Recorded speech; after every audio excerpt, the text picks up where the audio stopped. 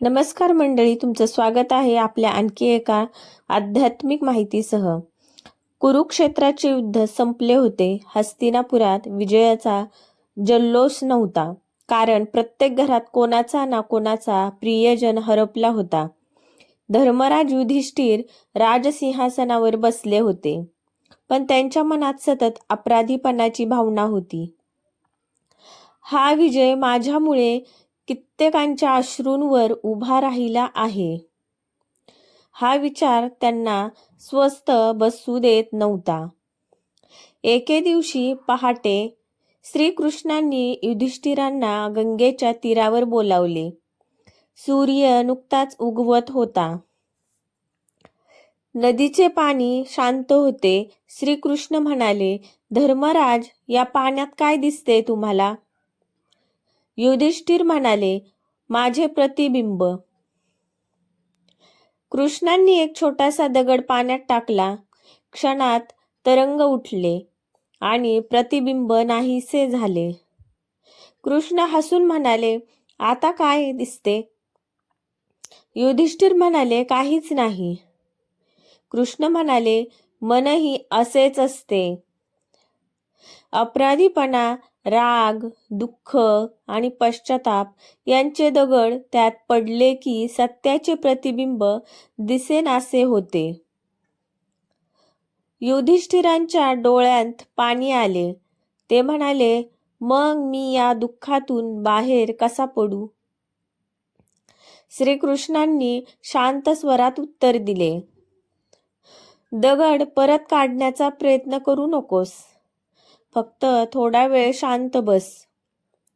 तरंग आपोआप थांबतील. दोघेही काही काळ मौनात बसले. थोड्याच वेळात पाणी पुन्हा शांत झाले आणि प्रतिबिंब स्पष्ट दिसू लागले. कृष्ण म्हणाले, पाहिलेस, वेळ, संयम आणि श्रद्धा यांच्यामुळे अस्वस्थता टिकत नाही. जीवनातही हेच सत्य आहे. युधिष्ठिर विचारात पडले. कृष्ण पुढे म्हणाले, धर्मराज, चूक करणारा प्रत्येक जण वाईट नसतो आणि दुःख भोगणारा प्रत्येक जण दोषी नसतो. जे घडले ते धर्मरक्षणासाठी घडले. आता भूतकाळाचा भार उचलत बसू नकोस. त्या अनुभवातून प्रजेसाठी न्याय, करुणा आणि सत्याचा मार्ग निर्माण कर. युधिष्ठिर म्हणाले, माझ्या मनावरचा भार अजूनही कमी झालेला नाही. कृष्ण हसले आणि म्हणाले, जगातील सर्वात जड ओझे कोणते माहीत आहे? स्वतःला कधीच माफ न करण्याचे ओझे. जो स्वतःला क्षमा करू शकत नाही, तो इतरांवरही पूर्ण प्रेम करू शकत नाही. हे शब्द ऐकताच युधिष्ठिरांच्या डोळ्यांतून अश्रू वाहू लागले. त्यांनी श्रीकृष्णांच्या चरणी मस्तक ठेवले.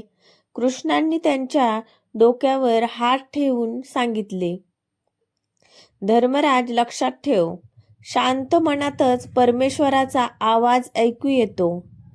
ज्याने स्वतःच्या मनावर विजय मिळवला त्याला जग जिंकण्याची गरज उरत नाही.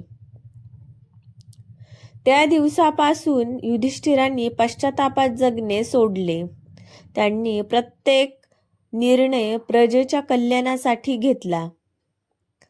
त्यांना समजले की खरा धर्म भूतकाळात अडकून राहण्यात नसतो, तर वर्तमानात न्याय, दया आणि सत्याने जगण्यात असतो. मन अस्वस्थ असेल तर निर्णय चुकतात.